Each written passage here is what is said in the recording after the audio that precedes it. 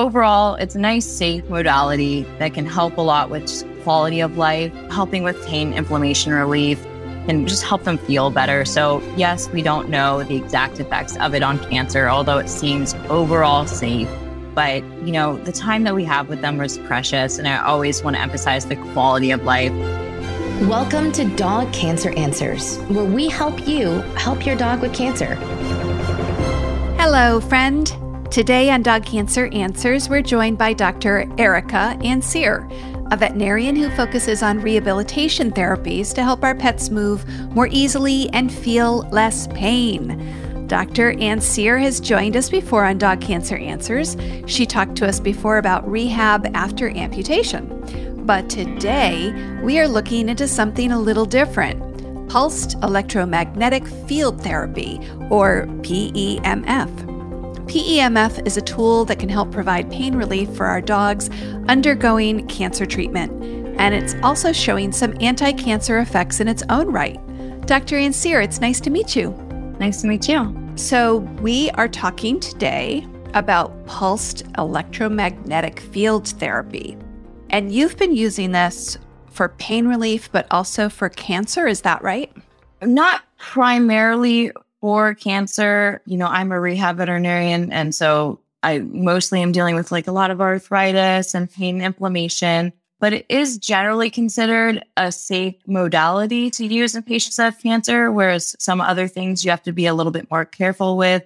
But, there's still some conflicting ideas about all that I definitely want to talk about more. Yeah, so let's start there. Why is it considered safe for cancer? What could it do for cancer, and how does it work? What are we actually talking about? Yeah, how does it work? So let's actually start there. So okay, yeah. PEMF, we're talking about pulsed electromagnetic field therapy. Mm-hmm. So it's using inductive coils to deliver electric and magnetic fields, right? So energy into tissues.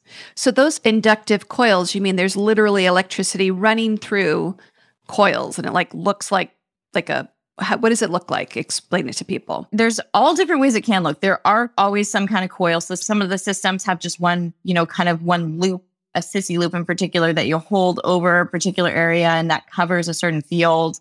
Others, it's coils that are within a mat that the animal will lie on. Okay. Or I even have the system that you use on horses, and it's a blanket that you put on them over their neck, and different coils all throughout the blanket that are connected, delivering it kind of through their whole body.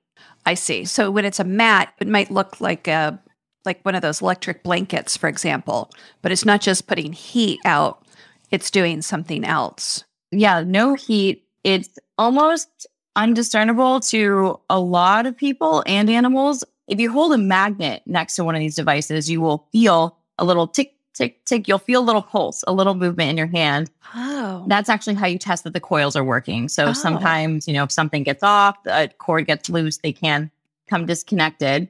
And so some of the devices, they come with a magnet to test it.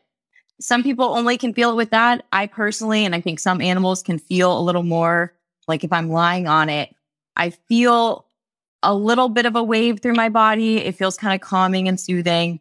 Some animals, you put it on, you turn it on, and they get off. They feel a sensation for sure. Others kind of fall asleep. Right. So it's using electricity to pulse in a magnetic field somehow. Can you just explain a little bit about what a magnetic field, why would we even want to use this to treat anything or to generate it in any way for any reason? Yeah, so it's basically stimulating the body's tissues to then promote different things. So similar to, how laser therapy is using the light, and it improves blood flow and it's anti-inflammatory and it helps with pain, actually by almost the same mechanisms, but just a different type of energy source. Okay. It's stimulating cells. It's increasing nitric oxide. So that stimulates the release of some cytokines that help with inflammation, help with pain. So just like when you take NSAIDs or anti-inflammatories, those inhibit, COX-2 and prostaglandins. It can have those effects. It can also improve circulation and increase growth factors. Oh. So part of the concern is that if you're increasing growth factors, are you promoting angiogenesis and basically the growth of new blood vessels? And could that, help the cancer and not the patient? Right. In general, in cancer tumors, we do not want to encourage them to grow new blood vessels. We want to discourage that behavior on the part of the cancer cells. Exactly. So that's where the controversy lies. Looking into it a little bit, some will say, well, it really kind of works more on healthy cells and vasculature. And when cancer makes blood vessels, it makes these torturous, kind of weird vessels, and they don't kind of play by the same rules, so to speak. And so there has been no evidence of it actually increasing cancer ever. And it has been studied to some extent different ways. Okay. So no evidence of any adverse effects ever. Okay. The contraindications are really active blood flow. So you don't want to, increase hemorrhage by stimulating blood flow. Because it increases blood flow. So if blood is already flowing in a way we don't want, you don't want more of that. Okay. Yeah. So avoiding active hemorrhage. Pacemakers, it would definitely interfere with the pacemaker. And believe it or not, I do have some patients with pacemakers, some dogs. And then over cartilage. So if it's a growing animal that has open growth plates, it could actually, prematurely promote the closure of those. I see. So it's a real thing, magnetic therapy. I mean, it's used in humans, right? This is not just a veterinary application. Like, this is being used in humans routinely for years, is my understanding. Yeah, it's been, therapeutically used for over a century. Mm-hmm. And it is, FDA approved for a number of things, non-healing fractures, post-op pain and inflammation, chronic pain, arthritis. And there is no warning on that for humans as far as cancer. Okay. So there's no limitations on the human side, really just based on the theory of, well, if it can promote blood flow, that maybe it would be potentially concerning for cancer. That's the only reason why there's any kind of controversy with it. That said, as I speak to you right now, my dog who has active liver cancer is lying on a PEMF mat with it on. This is not a concern for you as someone who uses this. You've never seen anything, and there's nothing in the literature that would say that it's bad for dogs with cancer, you said earlier. Yeah. So, different companies, there's a few main companies that make these things for animals, and they have different stances on it. So Assisi Loop is one of the main ones. They've done a nice study on postoperative pain after back surgery, IVDD surgery in dogs, showing that they, got off pain meds sooner, and they actually had better proprioception or awareness of their feet sooner, which is wonderful. It's safe for cancer. Avoid inactive hemorrhage, as I mentioned. So they said maybe take caution using this over, for example, the spleen of a dog that has hemangiosarcoma. Okay. That's a cancer of the blood vessels, of the lining of the blood vessels. So we really wouldn't want to stimulate the blood vessels probably in any really aggressive way in general. In hemangiosarcoma, it seems that's reasonable. Yeah. Those tend to bleed, and that's how it can spread, and it can also cause a lot of discomfort. And so you wouldn't want to promote that. They even say, in a palliative situation, if it's just helping them feel better, go for it. I also talked to Response Systems. They don't have a statement kind of online. I just chatted with them because I like that company a lot. And, they still basically say to not use it over cancer because of that, theoretical concern. Yeah. Yeah. Well, theoretical concerns, are tricky in vet medicine, I think, because you can't get the consent of the dog to take a chance, right? So people are always more conservative when it comes to their own dogs. But if someone wanted to try this with their dog, how would they find it? So most of them you can actually order directly from the company. You can also get it through your veterinarian. They can be prescribed and often approved, if you have pet insurance. So it will cover it. Oh, wow. Which is really helpful. So there's Assisi Loop I mentioned. They have both the handheld loops that you can put over a specific area. That's another way, by the way, if you have any kind of concern, you're not sure if you want to use on your dog that has cancer, but that they have elbow arthritis in a completely separate area, you could just place it on their elbow, nowhere near their cancer, and be assured it's not going to have systemic effects. Okay. So there's that company. There's Response Systems, which I mentioned makes the mats and the bed. They do not have a handheld device. They also make a system for horses. And then Beamer is another company that also makes kind of mats and horse blankets and things like that. I don't believe they have a handheld device, although I was not able to get a hold of somebody for, their point of view on this one. Okay. So the idea is that you buy the device, hopefully get it covered by your pet insurance, because hopefully all of us will be getting pet insurance for our young dogs from now on, because we all need to know that things are covered. And if you have it, how often do you use it? And can you use it without a veterinarian showing you how to use it? Or is it pretty intuitive to use? How does that work? They are pretty intuitive, and it depends, I guess, what you're treating. So some of the devices actually have the ability to choose different settings. So Response Systems, you can do lower pulses per second, which is indicated more for acute inflammation, higher pulses per second, more for chronic inflammation. And so you can change certain parameters, and they all have their separate, their carrier frequency, their intensity, all these parameters in them. And that's where the tricky part lies with kind of knowing protocols and with the studies that have been done in cancer. But I say for kind of, if they're really painful and you're doing it more, for that, or they just had, I think it's great if they just had a mass removal, for example. And in fact, it's been done in a study in human breast cancer after it was removed, and that improved post-operative pain and had no negative effects on their cancer. So early on, something like that 3 times a day would be great. Okay. They go anywhere from 15 minutes to an hour, depending on the device. Otherwise, you could use it kind of as needed. My dog's a little stiff. I'm going to use it now. Maybe I reach for that rather than something that might be a little bit more harmful to their liver or kidneys. Or you could do it regularly. So if your dog is on NSAIDs for some sort of chronic pain condition, would this be something that possibly you could use and maybe start to reduce the use of other medications that control pain? Yes, I'm a big fan of just multimodal pain management, and anything that doesn't really have negative effects, such as PEMF, I always gravitate towards. So I will often combine it with other modalities, laser, acupuncture, massage, and, medications. And so sometimes this does provide good relief, and you can reduce other medications that might have more side effects. Wow, that's great. So when used for cancer, how is it used for cancer?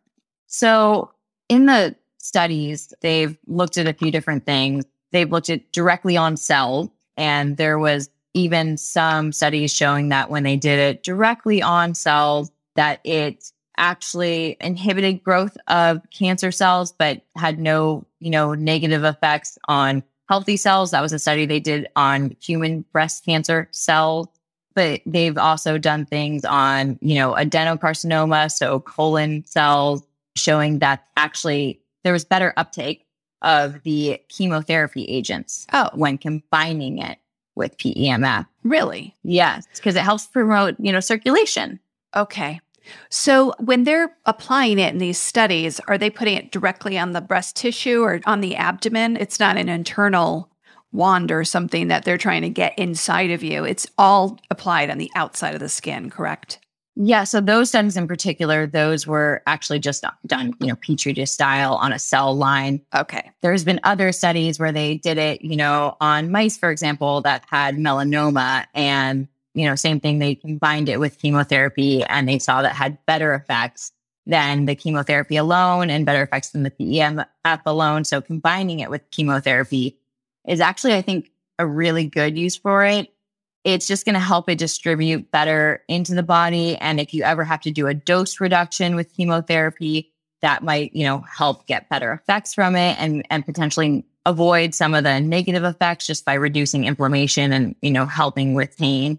So it can aid the chemotherapy while also reducing the side effects associated with chemotherapy. Absolutely. There was another study where they looked at timing of it as well. And it did seem to be kind of important that it was done around the same time as the chemotherapy. So if you had a device like this and your dog's on a protocol, they come home from their chemo appointment, maybe you go ahead and use the loop or the mat, have them lie down on it for 15 minutes, and it might aid that session that just ended in creating more of an effect than oncologists might be happy the next time they do a checkup to say, oh, look, we did even better than before, maybe. Yeah, potentially it could help that drug, or even, if you're doing more of a holistic approach, if you're doing different herbs, whatever you are doing, it's going to help it circulate better in the body. And so I think that, without anything else, I mean, there is that one study where they showed on a cell line, yes, it seemed to somehow negatively impact the growth of those abnormal cells. But I think its better indication is with other therapies. Okay. So just so I make sure that I understand what you just said, there's a study that says PEMF alone reduced tumor size. It seemed to actually directly address the tumor.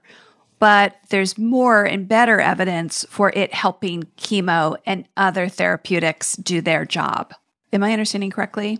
Yes. And the evidence it's so scattered. Like, I tried to look at all these studies to see, okay, what would be the best, duration, intensity, right, carrier frequency, all of this, right? Yeah. And every study did different parameters. So, I can't say, oh, this device or this setting on this device would be a better option at this point in time. And that, why, a company like Response Systems, they don't want to comment yet. They just feel like the evidence isn't there yet. And I agree. That said, we're all just doing the best we can to help these animals. Mm-hmm. And I think that they generally seem really safe.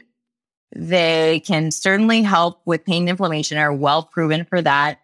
Help with healing if they have a mass removal, and seem like they would promote circulation. And there are several studies showing that there is better uptake of chemotherapy agents into cells with EMF therapy. So I think that's a great indication, although still not yet proven per se. Well, that is fascinating. We're going to take a short break, but when we come back, I want to ask you about settings for doing PEMF therapy at home. Every meal you give your dog is an opportunity to support vibrant health and even fight cancer. The Dog Cancer Diet is a set of guidelines that Dr. Dressler created for his book, The Dog Cancer Survival Guide. And every ingredient is either supporting the body with dense nutrition or helping your dog's cells to fight cancer. And in some cases, both. You can help your dog at every meal. Even if you can't do a home-cooked diet, using just elements from the diet is a great way to help your dog every day. Is diet the only way to treat dog cancer? Of course not. Dr. Damian Dressler and Dr. Susan Ettinger, also known as Dr. Sue Cancer Vet, talk a lot about treatments in their best-selling book. Diet is just one of 5 important steps to take when you're planning your dog's cancer treatment. Check out the diet tips and the rest of the steps in what readers call the Bible of Dog Cancer, the Dog Cancer Survival Guide. You can find it wherever you find fine books or at dogcancerbook.com. And we're back with Dr. Erica Ancier. So when you get these devices, can you adjust them so that they use, like you're talking about frequency, intensity? I'm thinking, are there a lot of knobs? Like, am I going to be able to figure out how to use it once I get it? Like, what are the settings? Do you have recommendations, or do they give you a cheat sheet? Do they come with good instructions? Like, what actually happens when you get this in your home? How do you use it? Yeah, most of them do come with some information and are not that adjustable. So okay. The Assisi loop, it's basically you click a button and it goes for 15 minutes and then it turns itself off. Okay. And that's it. There's no adjusting it. That's what you get. The response system ones, I know you can choose different pulses per second, although they have a particular carrier frequency that's not adjustable, particularly intensity. And so you can't adjust any of that, just up or down with the pulses per second. And femur, I'm not quite sure about. There are some really strong PEMF devices. They're these big coils they use on horses and in people. There's MagnaWave and there's EquiPulse. And those you actually, if you hold the coil over tissue, you actually see all the tissue pulse. What? Yeah. It's a whole different thing that you definitely feel. It can actually be painful, especially if you have a sore, I put it over my shoulder was sore. It hurt a lot, but that can help with pain. Did you feel better afterward though? Not in that one treatment personally, but others will say they do. What works for one doesn't always work for others. Mm-hmm. Those haven't been as well studied, the really high intensity ones. And I know you can adjust the intensity on those, but I think those might be a little bit much for cancer. Uh-huh. And those are big systems. Those are not something you're going to get at home. You might get someone to come and do treatment, but those are, $30,000 plus systems. Oh, okay. Yeah. Insurance is not going to cover that. Absolutely not. Right. No. So the other ones are pretty intuitive, pretty easy, as far as the parameters for this when it comes to dealing with cancer, if you're combining with chemotherapy, other things. I don't think they're going to have specific guidelines on that. Okay. But they will have guidelines for kind of pain management, how long to use.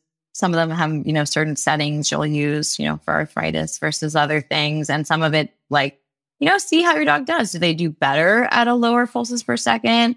Do they do better at a higher pulses per second? Okay. So you can see, if your dog gets up and leaves, that's probably not an ideal setting. So you might want to try something different.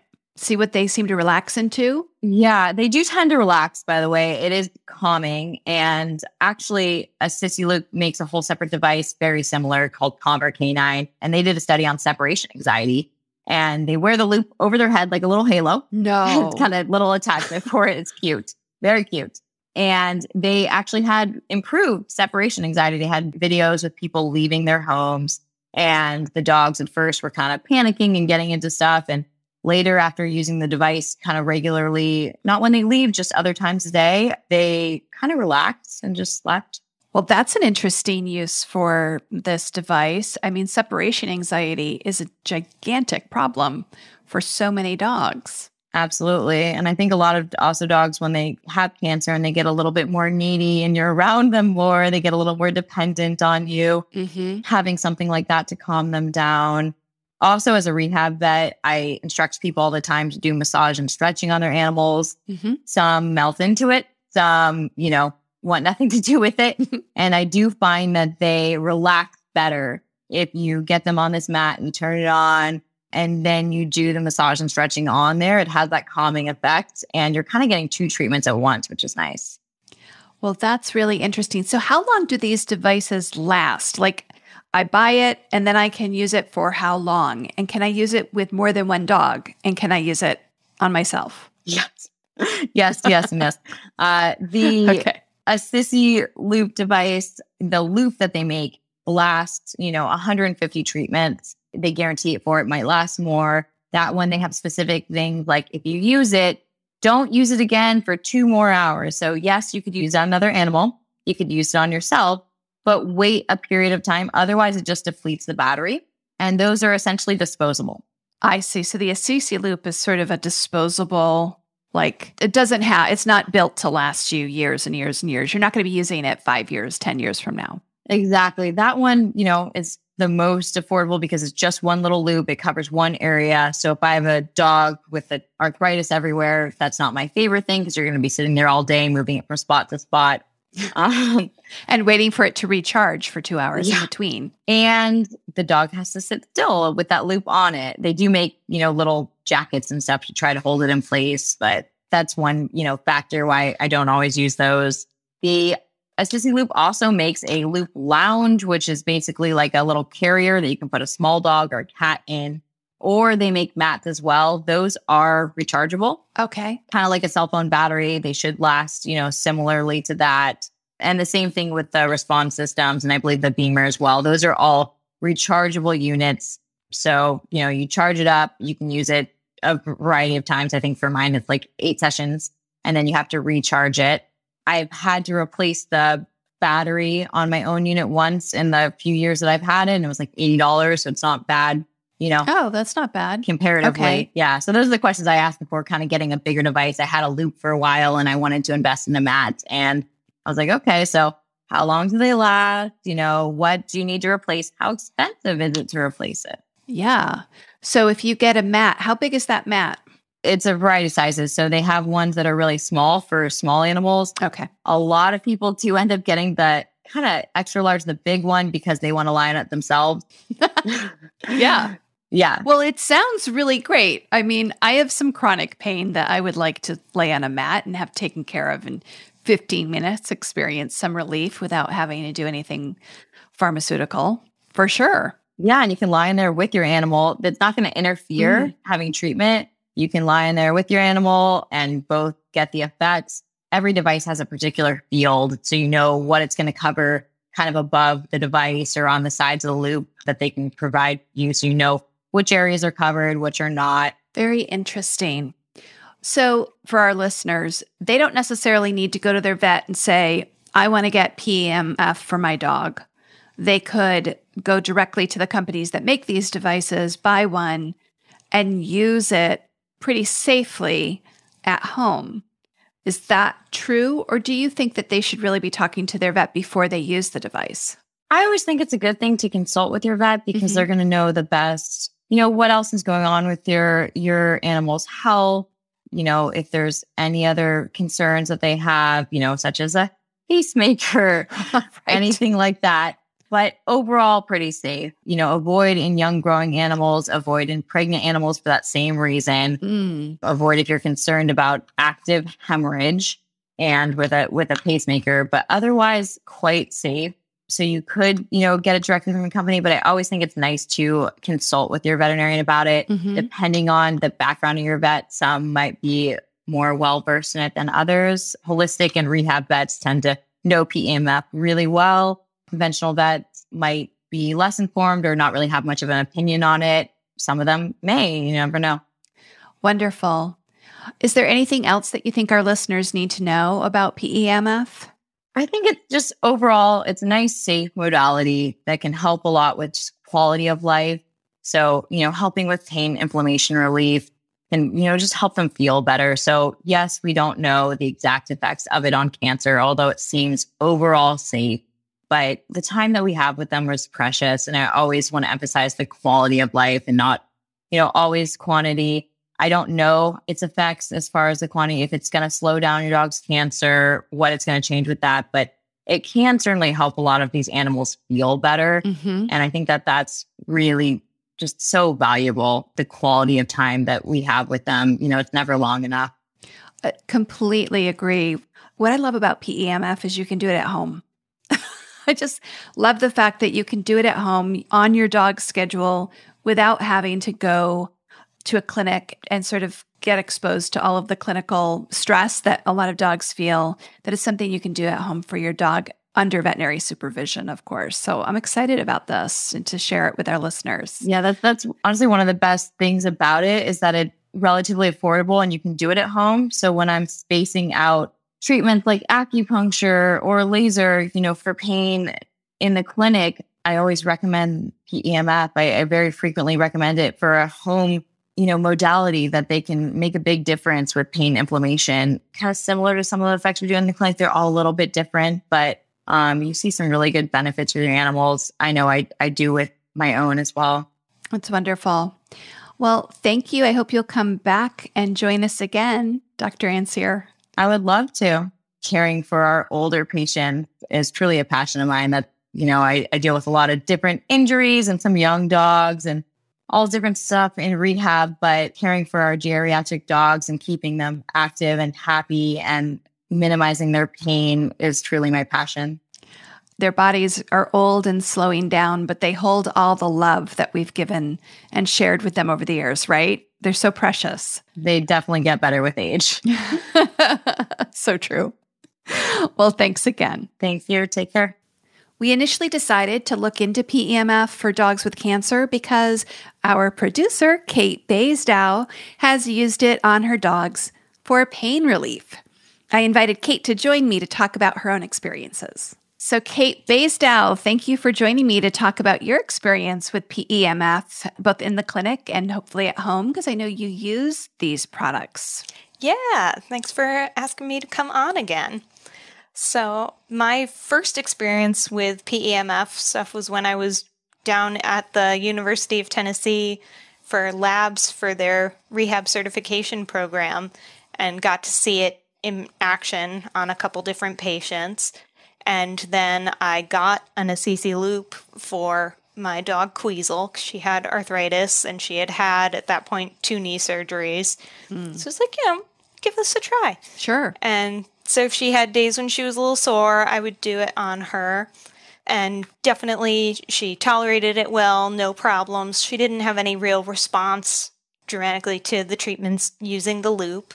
A couple years later, I got one of the beds from Respond Systems, which Dr. Ancier was talking about, to have something to kind of treat the whole dog at once instead of having to jump from knee to knee. And then when Queasel got arthritis in her carapaces up front or her wrists, it's like, all right, we can just kill all those birds with one stone, do one treatment for the whole dog if she's laying on this bed. And it was really interesting because she had a spot where she would always be on her dog bed, and so I put her favorite dog bed on top of the PEMF bed. Oh, so you can put a dog bed on top of the device or the mat, and it still works. Yeah. Ah. So there's the mat inside with the coils, and then the bed has a thin foam layer, and then there's a dog bed kind of water-resistant covering on the outside that is washable, which is good because things happen with dogs. Things happen, right? But you can put another thin bed on top for extra protection if you want to. Oh. I had reached out to the company because the bed she liked the best was like 2 to 3 inches thick. And I was like, I'm not sure if that's too thick. And they said that width could get her far enough from the coils, but you can feel on the bed which side has the coils and which side doesn't. So for her, I flipped it so that the foam was on the bottom and the coils were on the top, just to have it a little closer to her body on the bed. But so with her, if I turned it on when she was just awake and sitting on her bed, she would leave. She's like, this feels... Oh, she felt it. Yeah, she's like, this feels weird and I don't know what it is, but I'm out. But if I waited until she was actually asleep on it before I turned it on, she wouldn't wake up and she would actually stretch out. Oh. Whereas most of the time she would sleep kind of curled. But when I had the bed running, when she was sleeping, she would totally stretch out and relax. So I know it felt good even though she didn't want to admit it. Right. You were tricking her into feeling good. Yeah. So there must just be something about it that startled her and made her think, too weird, I'm out of here. Not necessarily that it felt bad. Yeah. Because obviously it doesn't feel bad or else she would wake up. Exactly. Okay. And she was just also the type of dog where things had to somewhat be her idea.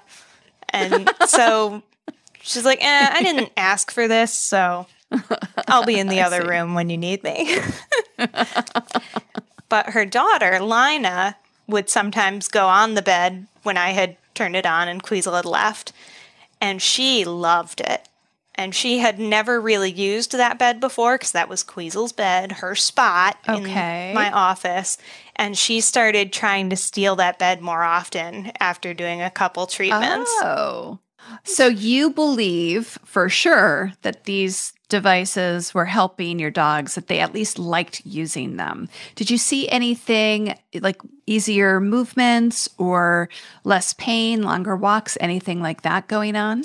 For Queasel, I didn't see a huge difference, largely because the issues I was dealing with her were chronic things where I was just trying to maintain a pretty good level of pain control and mobility. She wasn't really on pain medications regularly until the last year or so of her life. Usually I only gave her pain meds if we had a day where I knew she was going to be extra active. But for Lina, she had a neck injury in October 2017. She ran into a metal pole wanting a ball. I hadn't even thrown the ball yet, but she was very excited, took off running and smacked right into it. And as a result of that, had a bad neck injury, and she's got bridging in her spine, in her neck, which resulted in horrible, horrible pain. She was screaming, extremely uncomfortable and upset. Oh. And as well as medications, she was on muscle relaxers and a brief course of Pred to get the inflammation down fast. I was also using the Assisi loop on her neck, which was perfect because I could just put it over her head. She wore it like a collar or a necklace and could move around and do what she wanted. Oh, I see. And it definitely made a difference for her. And I have used that. She's only had one flare-up in the years since then, and I've used it for that. I also use it kind of as a preventive measure for her. If I know we're going to be doing something active, like she still does some agility trials, I do the loop around her neck both before the trial and then at the end of the day afterward. And that has really helped to keep her stable and pain-free. That's wonderful. So when you use it, you said when she had a flare-up, did you also use NSAIDs or any other pain medication at that time, or did the loop seem to really do the job? I did the loop the night where I first noticed that things were getting weird. We did get pain medications the next day to totally tamp it down, because after the first time was horrific. She would scream if she moved her head at all. And it took us like 2 days to figure out what was going on. So I wasn't sleeping. She wasn't sleeping. It was awful. So the minute she got twingy the second time, I was like, you're going on all the drugs because we're not doing this again. Right. But we only had to do the short course of medications to get the immediate acute inflammation down, and then managed the rest using the loop. Oh, that's wonderful. Yeah. Because those NSAIDs are, wonderful when they're needed for what they're needed for, but they do take their toll, especially when you have to use them a lot. Yeah. And especially with her, she was only 6 or 7. So it's like expecting her to live another 7 years or whatever. I don't want her to have to be on NSAIDs every day the whole rest of her life if I can avoid it. Obviously, first priority is pain control. Right. But I also want to preserve organ function for as long as possible and not put any stress we don't have to. Right. So that's really interesting. So you really feel like PEMF is helping your dogs in these specific ways. Yeah, I like it. Great.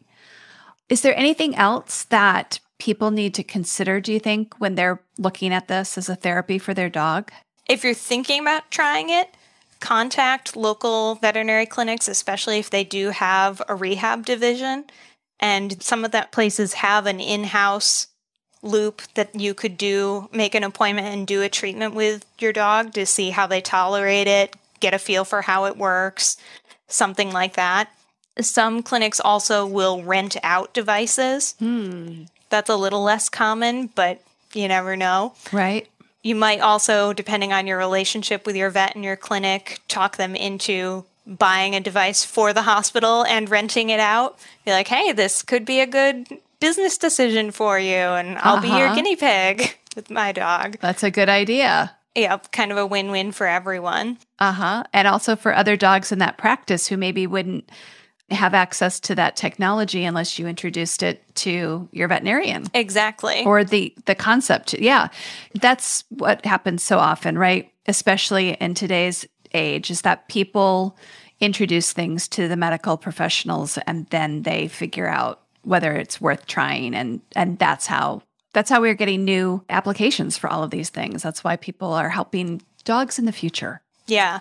And like some hospitals keep the Assisi loop or the different brands of mats in-house and just put them on every single patient post-op after surgery to get that first healing treatment to help with the incision healing right away and get down the inflammation from the surgery.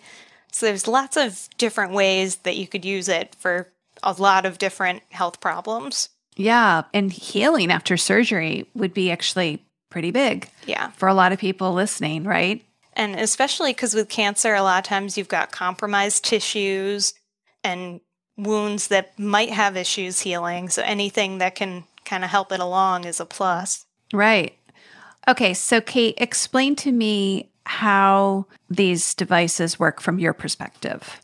They were both really user-friendly, coming into it kind of blind. The Assisi loop especially is super simple. There's one button. A green light comes on to tell you that it's doing its thing. And then when the green light stops blinking, it's done. So you can't really mess it up. The only thing is if you turn it on when you don't mean to turn it on, then it's going to do its 15-minute treatment. You can't stop it once it's going, but the world doesn't end. Okay. And then that does not have a replaceable or rechargeable battery, right? So Correct. That 15 minutes, you want to use it. Yeah, ideally. Yeah. Yep. So if you accidentally turn it on, treat something. Put it on whatever part of your dog hurts. Put it on your sore ankle. I've done that. Sure. Yep. But it's very easy. Just press the on button, put it around the area that you want treated, let it do its thing. The Respond Systems bed has a cube with buttons on it, and it comes with instructions. And that cube contains the battery, which you can also plug in to recharge, and it plugs into the bed when you're actually using it. That one, you've got a little more options for settings, and you can stop it. And its treatments, you can set it for either half an hour or a full hour, and you can adjust how fast the pulses are going. Okay. So that one was a little more of a learning curve, but still pretty simple, because you could just charge up the battery, plug it in, press power, and let it do whatever it chose to do.